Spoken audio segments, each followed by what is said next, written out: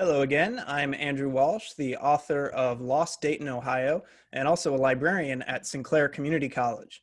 In today's video, I want to talk a little bit about the history of Sinclair, which is closely linked to downtown Dayton in several ways.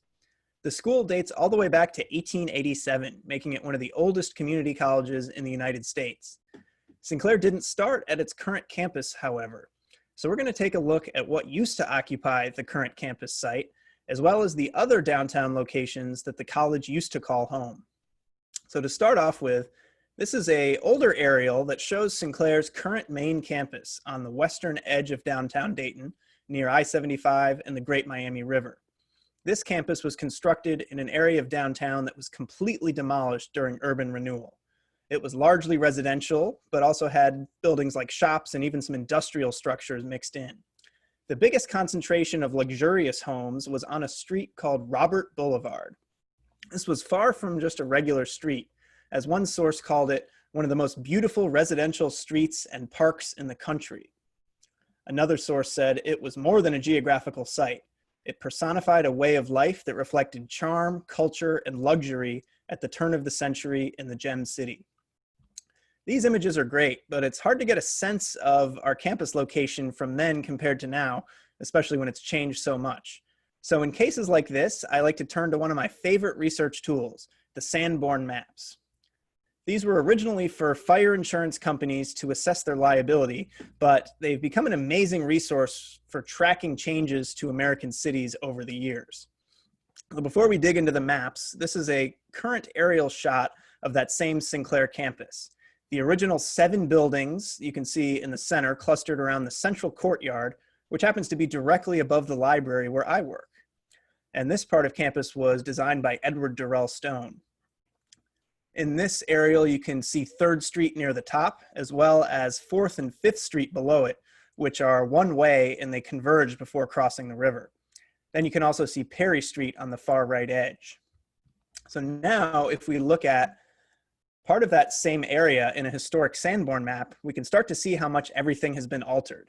We still see 3rd, 4th, and 5th streets, but there actually used to be streets in between them, Sycamore and Maple. All of the shapes that you see in this map are buildings, most houses, but also other types. And the various symbols on these Sanborn maps tell you everything from what the buildings were made of, how many stories they were, even what types of windows they had, and other detail. I'm going to zoom in on this section to get a closer look. So here we can see now the addresses of these different structures. And if we pull up one of the legends for Sanborn maps, we can understand what all these different codes mean. But for now, one interesting feature that you can notice if you look closely is that near the middle, there's an ice cream factory on West 3rd. So now this map, we are headed farther west. So now you can see the Great Miami River at the edge of the map. And you can see here that 4th and 5th streets stay parallel, with 4th running into Robert Boulevard, which we looked at earlier. The flood of 1913 greatly damaged those beautiful homes on that and other streets, and most of the wealthy residents moved to higher ground in areas like Dayton View and Oakwood.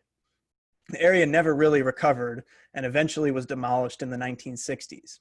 Construction for Sinclair began a couple years later, and that campus opened in 1972. So here's that more modern day aerial with Robert Boulevard added in.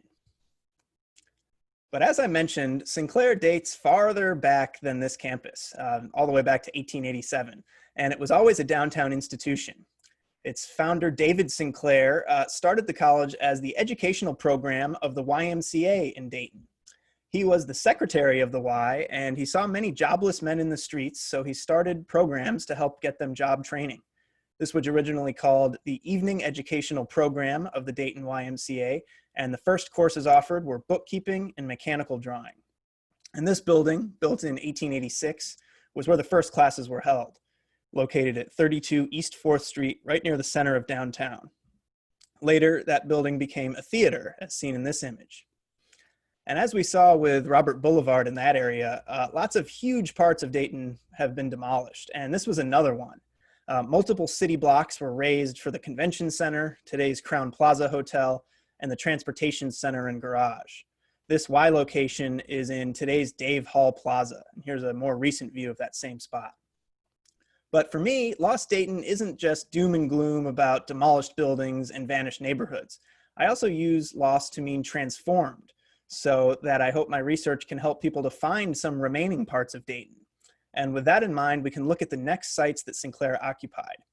In 1908, the school moved along with the Y to a new building that had just been completed at 3rd and Ludlow downtown. And this building still stands, but today it is Dayton's City Hall. Then a couple of decades later, in 1929, the YMCA and school were on the move again to 117 West Monument Ave, to this building. And this one also survives and is today still a YMCA gym, and the rooms were converted to part of the Landing Apartments. While the college was operating out of this location, it finally got the name of Sinclair College of the YMCA in 1948.